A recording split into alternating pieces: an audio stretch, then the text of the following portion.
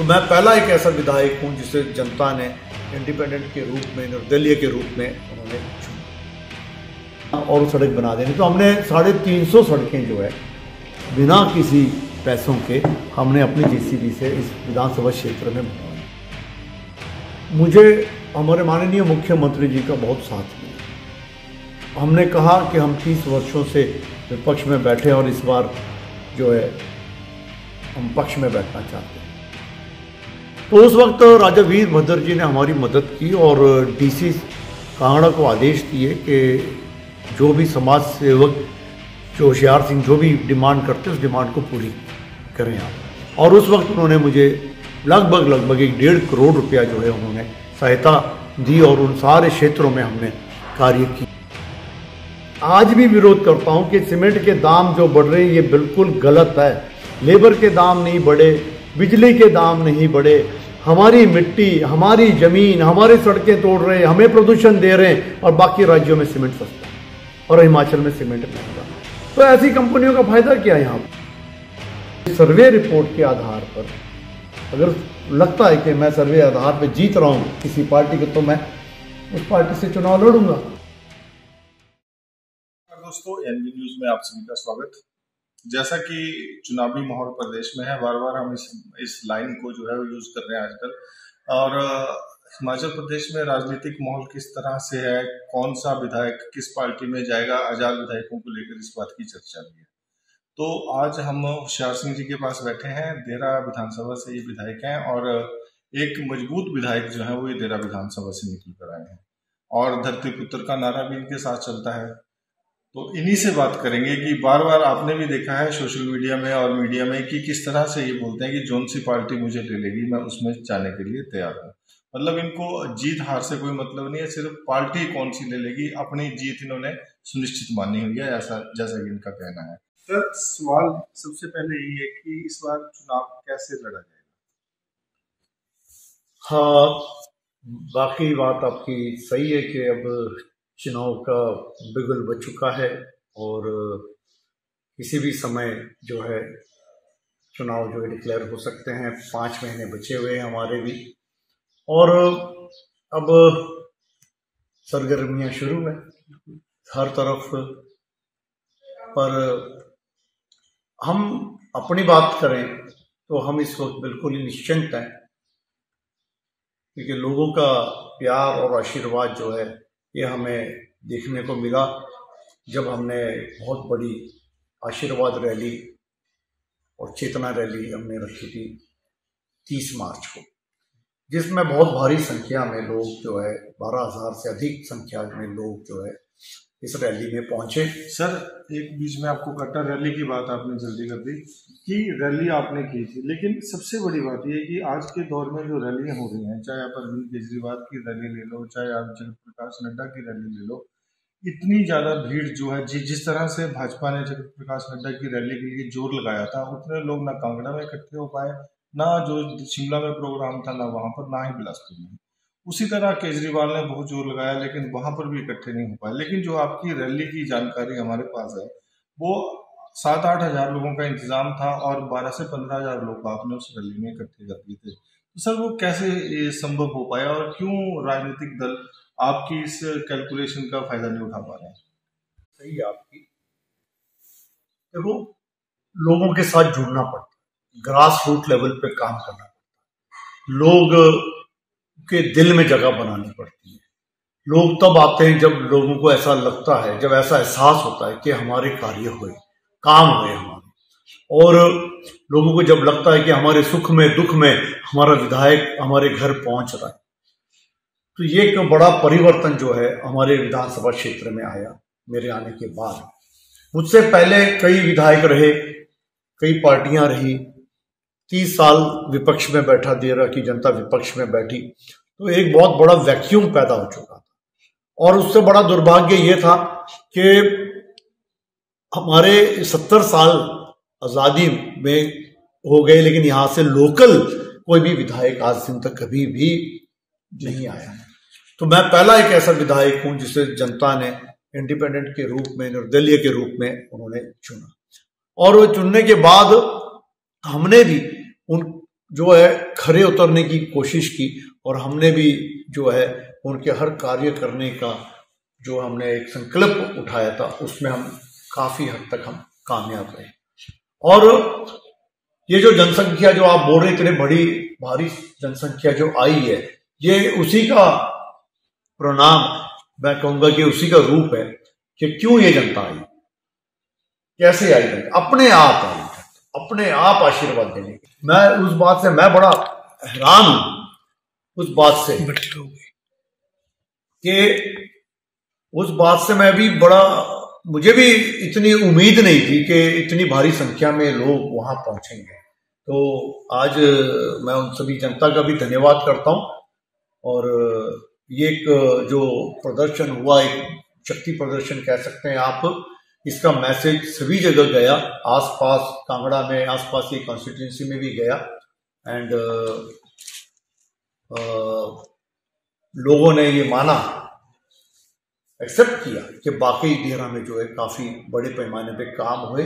और एमएलए की जो प्रेजेंस है वो हमने बताई, हमने कुछ नीतियां बदली, हमने रेस्ट हाउस वाली राजनीति नहीं रखी कि पहले एमएलए आते थे, हमें भी एमएलए को मिलना होता था तो हम लाइन लगा के खड़े होते थे रेस्ट हाउस में। कि आपको जब आप यहाँ पर आए थे देहरा विधानसभा क्षेत्र से चुनाव लड़ने के इरादे से, उस समय एक चेहरा था यहाँ पे जेसीबी मैन जिसको कहा जाता था, तो सर वो नाम कैसे पड़ गया आपका जेसीबी मैन, क्योंकि वो लिंक नहीं होता नेता के साथ ना। आप हमारे देहरा विधानसभा क्षेत्र को अगर आप देखें तो 90% सड़कें नहीं हैं, लोगों के घरों तक सड़कें नहीं है, गाँव में सड़क नहीं है। तो जब मैं समाज सेवी के रूप में जब यहाँ कार्य कर रहा था तो मैंने जेसीबी ली, तो जो भी मेरे पास आता था कि सड़क नहीं है तो मैं जेसीबी भेज करके उसकी सड़क फ्री ऑफ कॉस्ट इसकी सड़क बना देता। बोलते आप खुद भी जाते थे जेसीबी? तो मैंने भी जाना, देखना, सड़क जेसीबी के साथ जाना और सड़क बना देनी। तो हमने 350 सड़कें जो है बिना किसी पैसों के हमने अपनी जेसीबी से इस विधानसभा क्षेत्र में बनवाई, चाहे वो 100 मीटर हो, चाहे किलोमीटर हो, चाहे जो मर्जी हो। तो सर अब भी वो जेसीबी वाली प्रक्रिया जारी है? अभी भी जारी है। अभी 8 दिन जेसीबी मेरी गठुत्तर पंचायत में लगी, अब कल मसरूर जाएगी। 8 दिन का काम मसरूर में है। वहाँ ऐसे ऐसे गांव में हमारे ऐसे ऐसा क्षेत्र है, धार, धंगड़, मसरूर, जो आज भी मुख्य सड़क से नहीं जुड़ा हुआ है। तो मेरा सबसे बड़ा एक ही काम था कि मैं मुख्य सड़क से गांव की सड़कों को जोड़ूं, ताकि गाड़ियां, एम्बुलेंस, कोई बीमार हो जाए तो उसको मंजे पे और कुर्सी पे उठा करके लेकर ना जाए। तो मैं अपनी जेसीबी भेज रहा हूँ। अभी मैंने मेहवा में मैंने जेसीबी लगाई, राण में जेसीबी लगा करके रास्ता बनाया।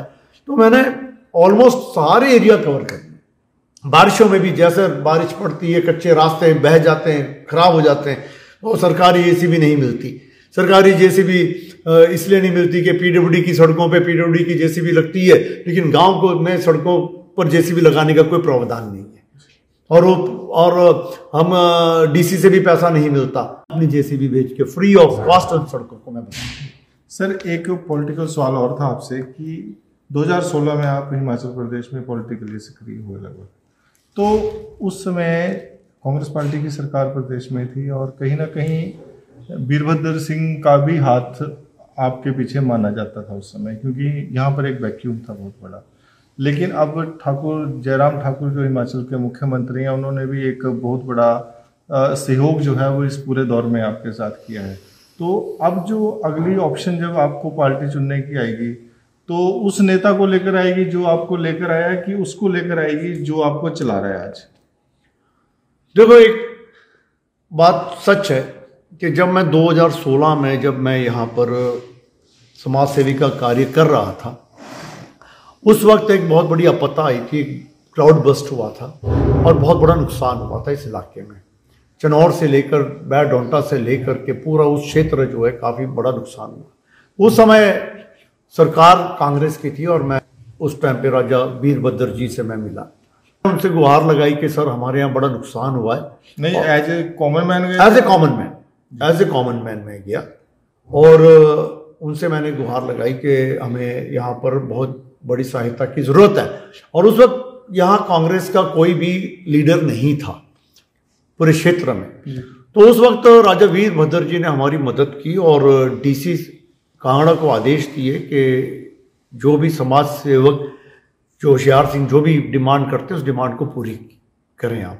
और उस वक्त उन्होंने मुझे लगभग 1.5 करोड़ रुपया जो है उन्होंने सहायता दी और उन सारे क्षेत्रों में हमने कार्य किए। इलेक्शन आए और उस टाइम पे हमने भी एज ए निर्दलीय के रूप में हमने इलेक्शन लड़ा। मैंने अपनी जेसीबी भी काफ़ी लगाई, लोगों के बीच समाज सेवा करते रहे, बच्चों को पढ़ाना, शादियों में मेडिकल एड, ये सारे कार्य करते रहे और लोगों ने अपना समर्थन दिया और मैं जीता। जीतने के बाद भाजपा की सरकार जो है वो आ गई।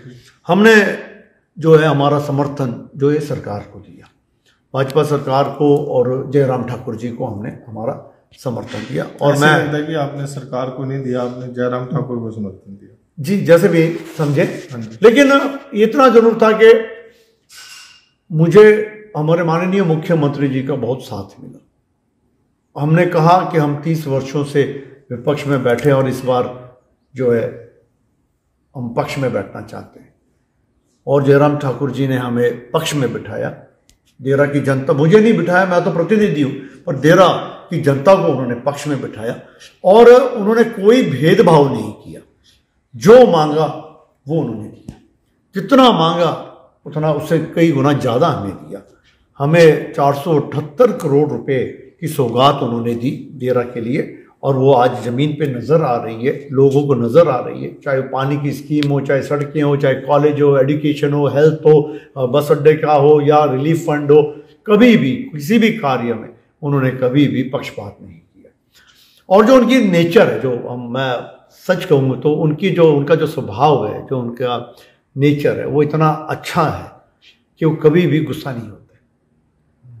जैसे हम जाते हैं तो ये नहीं कि मतलब टाइम नहीं आ जाए, मैंने नहीं मिलना, बिना अपॉइंटमेंट के चले जाते हैं, तब भी मिलते हैं, बिना हम लड़ पड़ते हैं, सर ये मुझे चाहिए सर, वो कर देते हैं।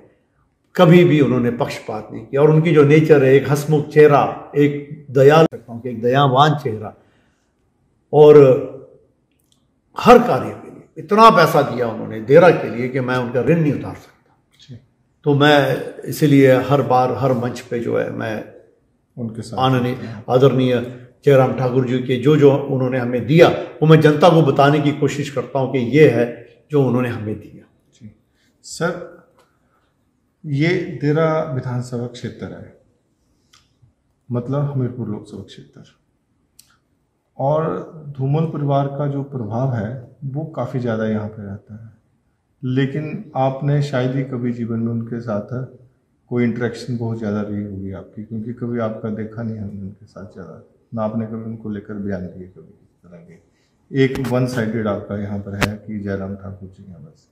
तो क्या लगता है आपको कि अब आप चुनाव में जाएंगे और उनका एक बड़ा वर्चस्व यहाँ पर है इस पार्लियामेंट्री में, तो काफ़ी ज़्यादा है, तो क्या लगता है उनका सहयोग मिलेगा अगर आपको बीजेपी से टिकट मिलेगा, या नहीं भी मिलेगा तो, या ज़रूरत नहीं है, काम इतना? देखो, मैं जो हमारे आदरणीय धूमल जी हैं उनको बहुत मान सम्मान करता हूं और ये बिल्कुल गलत है कि मैं उनसे नहीं मिला। मैं काफ़ी बार मिला, अभी दिवाली में भी मैं उनको बधाई देने गया था, अनुराग जी से भी मैं मिला, दिल्ली गया, अनुराग जी से मैं दिल्ली मिला और हमने पौंग डैम का मुद्दा उठाया दिल्ली जा कर के, और हमारे जो मुद्दे के ऊपर उन्होंने 0 आवर्स में लोकसभा में इस चर्चा को रखा और पौंग डैम के जो मुद्दा था वो भी उठाया उन्होंने जी।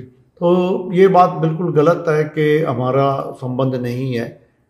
देखो, आज जनता क्या चाहती है, जनता काम चाहती है और हम काम कर रहे हैं। जो अनुराग जी का काम है केंद्र का वो अनुराग जी कर रहे हैं, जो राज्य स्टेट गवर्नमेंट का काम है वो हमारे आदरणीय मुख्यमंत्री जी का बता रहे हैं कि उनकी वैसा कुछ नहीं है। मैं तो इस इलेक्शन को सच माने तो एक स्पर्धा मानता हूँ, स्पोर्ट्स मानता हूँ। हम जीते एज ए इंडिपेंडेंट, हमने सरकार के साथ चलना ही था बिल्कुल, क्योंकि सरकार है और सरकार के साथ नहीं चलेंगे, विपक्ष में बैठेंगे, वॉकआउट करेंगे, तो हमारे डेरा का जो बेहाल हुआ वो इसीलिए हुआ कि जो मुझसे पहले जो एमएलए थे वो विपक्ष में बैठे और उनके पास एक ही जवाब होता था कि मैं क्या करूं, मैं विपक्ष में बैठा हूं। पर मेरे पास आज जवाब है जनता को देने के लिए कि मैं पक्ष में बैठा और मैंने काम किया, ये अंतर है। तो इसमें ये जो लीडरशिप की जो बात कर रहे हैं आप, तो मैं इसको उस पर मैं उतना महत्व नहीं देता, क्योंकि धूमल जी भी होते तो वो भी काम करते हैं अनुराग जी हैं तो वो भी काम करते हैं, आज जयराम जी हैं वो भी काम कर रहे हैं। तो ये डिफरेंसेस जो है ये कुछ लोग पैदा करते हैं। एक पॉलिटिकल एक पॉलिटिकल धरना हो सकती है उनकी, पर मेरे मन में है हम स्पष्टवादी है, हम तो सच को सच बोलेंगे, झूठ को झूठ बोलेंगे, हम मुंह पर बोलने वाले पॉलिटिशियन है। और मैं तो अपने आप को पॉलिटिशियन भी नहीं मानता। I am not a politician और nor I want to become a politician. I am a people's man. मैं जनता का प्रतिनिधि हूँ और मैं सिर्फ जनता की ही आवाज़ सुनता हूँ, जनता के साथ रहता हूँ, जनता के दिलों में बसता हूँ, जनता के घरों में जा कर के उनके कार्य करता हूँ, जनता के पास जाता हूँ, जनता को अपने पास नहीं बुलाता, मैं गेस्ट हाउसों में नहीं बुलाता। हमने राजनीति जो पीछे होती रही हमने बदल दी, हो राजनीति देरा में तो बदल दी, बाकी जगह का मुझे नहीं पता। पर जितना आदर धूमल जी के लिए भी हमने कई बार उनके पॉलिसीज़ के बारे में हमने विधानसभा में बताई कि उनकी इंडस्ट्रियल पॉलिसी, उनके समय में बड़ी इंडस्ट्रीज आई, हमने उनकी तारीफ की। हमने अनुराग के बारे में बताया कि सेंट्रल यूनिवर्सिटी के लिए उनका बड़ा योगदान रहा। लेकिन सर वो सेंट्रल यूनिवर्सिटी का काम कहाँ तक पहुँचा अभी तक? अब सेंट्रल यूनिवर्सिटी भी बहुत जल्द बनने वाली है। जो वाइस चांसलर का बयान था कि अप्रैल में या मई में काम शुरू हो जाएगा, तो मैं समझता हूँ कि अब जो है फाइनल स्टेज हो चुका है और बहुत जल्द काम शुरू हो जाएगा। सर लेकिन अब वो मुद्दा जो है वो आपके मुंह से सुनने को नहीं मिला। 500 रुपये का बैग हो गया है और उद्योग मंत्री आपके पड़ोस में रहते हैं, उनके साथ आपके तल्लुकात भी बड़े अच्छे नहीं हैं। और मेरे ख्याल से जो सीमेंट का मुद्दा आपने उठाया था तभी से ये तल्लुकात बिगड़े हुए हैं। देखो, जो स्टैंड मेरा उस वक्त था वो मेरा स्टैंड आज भी है कि सीमेंट के दाम जब बढ़ते हैं तो कंपनी जो दाम बढ़ाती है तो वो उसका पैरामीटर क्या है दाम बढ़ाने का। पहले सीमेंट जो था ये राशन डिपो में बिकता था, ये एसेंशियल इसमें आता था। हाँ जी। अब उसको हटा दिया गया। अब कंपनी की मनमानी चल रही है। कंपनी का जब मन करता सीमेंट के दाम बढ़ जाते। हमने विरोध किया और आज भी विरोध करता हूं कि सीमेंट के दाम जो बढ़ रहे हैं ये बिल्कुल गलत है। लेबर के दाम नहीं बढ़े, बिजली के दाम नहीं बढ़े, हमारी मिट्टी, हमारी जमीन, हमारी सड़कें तोड़ रहे हैं, हमें प्रदूषण दे रहे हैं और बाकी राज्यों में सीमेंट सस्ता और हिमाचल में सीमेंट महंगा। तो ऐसी कंपनियों का फायदा क्या है यहाँ पर लगा करके, जब हमारे को नुकसान हो रहा है उन सीमेंट कंपनियों का, धूड़ जम रही है, पॉल्यूशन हो रहा है, हमारे लोग बीमार हो रहे हैं, फायदा क्या उसका। तो सर सीमेंट हमारे यहाँ महंगा। और आपको यही बात आज सच्चाई बताना चाहता हूँ कि पूरे विधानसभा में सिर्फ एक होशियार सिंह ही था जिसने सीमेंट का मुद्दा उठाया, ना पक्ष ने उठाया ना विपक्ष ने उठाया। आप ये सवाल जो मुझसे कर रहे हो, मैं आपसे कहता हूं एज ए पत्रकार हूं, आप अब जितने एमएलए के पास जा रहे हो सभी को पूछो क्या ये सीमेंट का दाम जायज है या नाजायज है।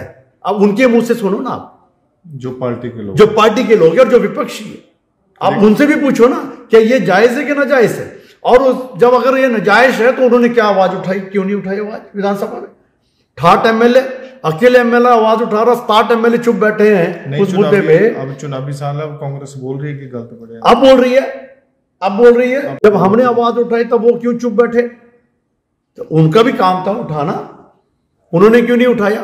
तो मैं मानता हूं कि सीमेंट का मुद्दे पर तो मैं आज भी अपना स्टैंड पे कायम हूं कि ये नाजायज रेट है और इसको स्लैश करना चाहिए। गरीब महाराज, इसमें गरीब नहीं हर वर्ग, सरकार को नुकसान है, मिडिल वर्ग को नुकसान है, गरीब वर्ग को नुकसान है।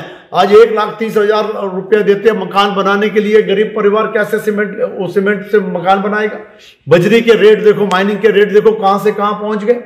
20-25 हजार की गाड़ी आ रही है और बिल बन रहा है 3-4 हजार रुपए का। वहां सरकार को नुकसान हो रहा है, बहुत बड़ा नुकसान हो रहा है सरकार को। तो ये हमारे मंत्री जी ने इस बारे में सोचना चाहिए कि माइनिंग के रेट क्यों इतने ज्यादा है, सीमेंट के रेट इतने क्यों ज्यादा है। तो मंत्री महोदय है, उसका डिपार्टमेंट है, उसको इसके पर कार्रवाई करनी चाहिए कि क्यों है, जस्टिफिकेशन बताएं लोगों को कि भाई 35 रुपया बढ़ गया, क्यों बढ़ा, कारण क्या। कोई किराया तो बढ़ा नहीं, क्यों बढ़ गया। कोई लेबर की तो तनख्वाह बढ़ाई नहीं उन्होंने, बिजली के तो बिल बढ़े नहीं, तो क्यों बढ़ा। तो इसका जवाबदेही जो है वो मंत्री है, मंत्री ने इसका जवाब देना चाहिए। सीमेंट के मुद्दे पे मेरा स्टैंड बिल्कुल क्लियर है। मैं लड़ता रहा पहले भी, अभी भी लड़ूंगा, आगे भी लड़ूंगा। काफ़ी सारे बयान आपके इंडिपेंडेंट ही आते हैं जो सिर्फ आपकी अपनी राय होती है। तो ये जो हिमाचल प्रदेश में मुख्यमंत्री ने घोषणा की थी बिजली के यूनिट 125 तक फ्री कर दिए, चुनावी साल है, और वो बसों वाला सिस्टम की महिलाओं को आधा किराया देना पड़ेगा। आपको नहीं लगता कि ये काम, अगर जैसे आपने 4.5 साल अपनी कंस्टिट्यूंसी में काम किया, तो वैसे ही अगर सरकारें रूटीन में इन चीज़ों को करती तो कहीं ना कहीं इसका बेनिफिट सरकार को ज़्यादा हो सकता था। पहले तो आप ये बताइए कि आप ये जो सब्सिडियां हैं फ्री में देने वाला सिस्टम, इससे आप कितने सहमत हैं?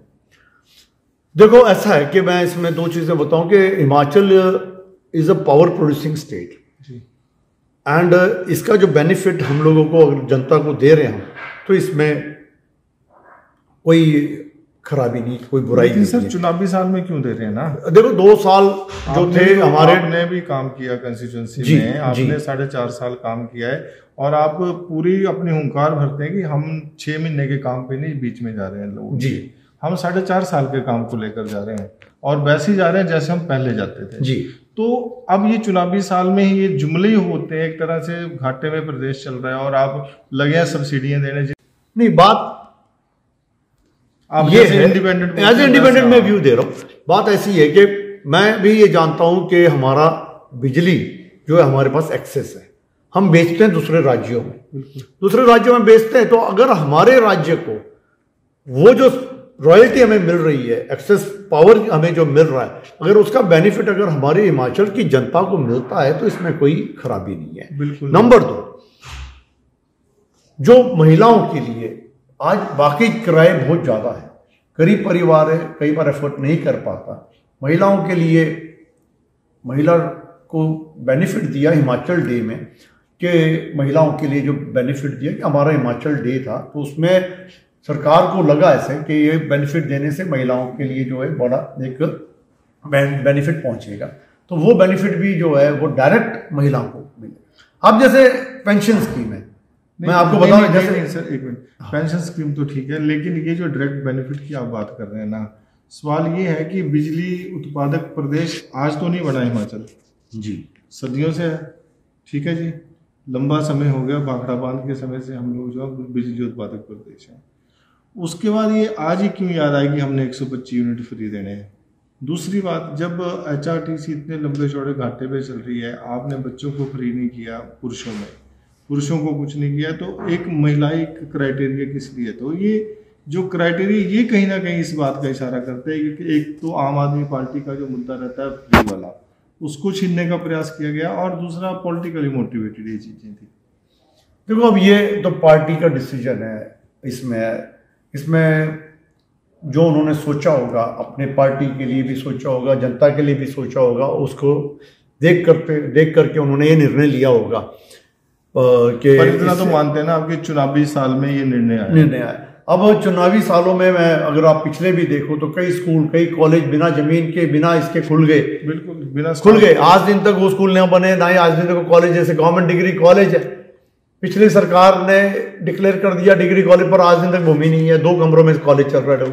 पार्टियों की नीति है कि वो चुनावी वर्ष में क्या क्या सोप्स देते हैं, क्या क्या लोगों को क्या क्या चीज़ें पहुँचाते हैं, क्या क्या देते हैं, ये तो उनकी नीति है। इस पर जो है हमारा इसमें इंडिपेंडेंट का बोलना कोई उचित नहीं रखता। आप सर इंडस्ट्रियलिस्ट हैं, आप इतनी बड़ी ऑर्गेनाइजेशन भी चलाते हैं अपनी, कोई ऐसे कोई आपको कोई आम आदमी तो कॉमन मैन तो आप है नहीं, आई am not A common man. तो आप इस चीज को तो समझ सकते हैं ना कि बेनिफिट कौन नहीं चाहता, आप बताएं ना, बेनिफिट कौन नहीं चाहता? अगर आपको बेनिफिट मिलता है तो आप बोलेंगे आपको बेनिफिट नहीं चाहिए, बेनिफिट तो आपको भी मिलेगा। मसला वो नहीं है, मसला है कि चुनावी साल में बेनिफिट क्यों? चुनावी साल आप पार्टी से ही डर के बेनिफिट क्यों? आप एसोसिएट क्या बीजेपी के? आप पार्टी से डर करके तो हम नहीं बोल सकते, क्योंकि ये जो है ये फैसला, ये नीति जो है ये पार्टी की है और ये पहले बजट में ही काफ़ी सारी चीज़ें बता दी गई थी कि क्या क्या चीज़ें दी जाएगी। अब जैसे 70 से 60 साल कर दिया, इससे बहुत बड़ा लोगों को फायदा पहुंचा। तो ये तो नहीं, ये तो हमने सवाल लिया ही नहीं आपसे। हाँ। क्योंकि ये जो है ये जरूरत हो सकती है किसी भी आदमी। हाँ जी, उसी तरह ये भी जरूरत है, इसका भी कर दिया सरकार ने, वो भी जरूरत थी, ये भी जरूरत है सरकार की। दोनों चीजों को बेनिफिट है, लोगों को बेनिफिट मिलना चाहिए। सवाल वो है कि लोगों को बेनिफिट मिल रहा है and the people should be happy. तो व्हाट सरकार जो दे रही है उसे जनता खुश रहनी चाहिए। होशियार सिंह जी, एक सवाल और था, अंतिम सवाल है, इस बार कौन सी पार्टी से चुनाव लड़ेंगे? देखो, प्रयास क्या चल रहे हैं? मैंने पहले भी एक बयान दिया था। वो बयान मैंने किस उपलक्ष्य में दिया? आपने किस उपलक्ष्य में? कि पत्रकार ने मुझसे एक सवाल किया कि धवाला जी बोल रहे हैं कि मुझे पार्टी जहां से टिकट देगी मैं वहां से इलेक्शन लड़ूंगा। इशारा उनका देरा की तरफ था, आज भी देरा की तरफ उनका इशारा होता रहता है। उस उपलक्ष्य में मुझे सवाल किया गया था कि अगर धवाला जी देरा से इलेक्शन लड़ेंगे तो आप कहां से लड़ोगे? तो मैंने ये जवाब दिया था कि जनता तय करेगी। मैंने ये कहा कि सर्वे रिपोर्ट के आधार पर अगर लगता है कि मैं सर्वे आधार पर जीत रहा हूं किसी पार्टी को तो मैं उस पार्टी से चुनाव लड़ूंगा। पर यह सवाल जो था, ये सवाल जो पत्रकारों ने मुझे किया था कि अगर धवाला जी यहां से लड़ते तो आप कहां से लड़ोगे, इस सवाल के उपलक्ष्य में मैंने जवाब दिया था। लेकिन मैंने अपने क्लियर किया कि अपने मीटिंग में भी क्लियर किया, जो मेरी रैली हुई थी उसमें मैंने क्लियर किया कि मुझे सरकार ने, भाजपा ने 478 करोड़ रुपया डेरा को दिया है, तो सबसे पहला हक जो है वो भाजपा का है। यदि भाजपा मुझे उस काबिल समझती है, यदि भाजपा ये समझती है कि होशियार सिंह जीतने वाला कैंडिडेट है, यदि वो समझते हैं कि ये काबिल है, उस काबिल है, तो मैं ज़रूर उनके लिए पार्टी में मैं जो है भाजपा के लिए आपने अपना दरवाजा खोल दिया। कांग्रेस जो है वो कोई थॉट नहीं है अभी तक मेरे थॉट्स में ये कि क्योंकि मैं गद्दार नहीं हो सकता, ठीक है, मैं गद्दारी नहीं कर सकता, मैं स्ट्रेट फॉरवर्ड हूँ। मुझे जयराम जी ने दिया है। हाँ, यदि वो मुझे नहीं देते हैं टिकट, फिर मैं जनता के दरबार में जाऊंगा।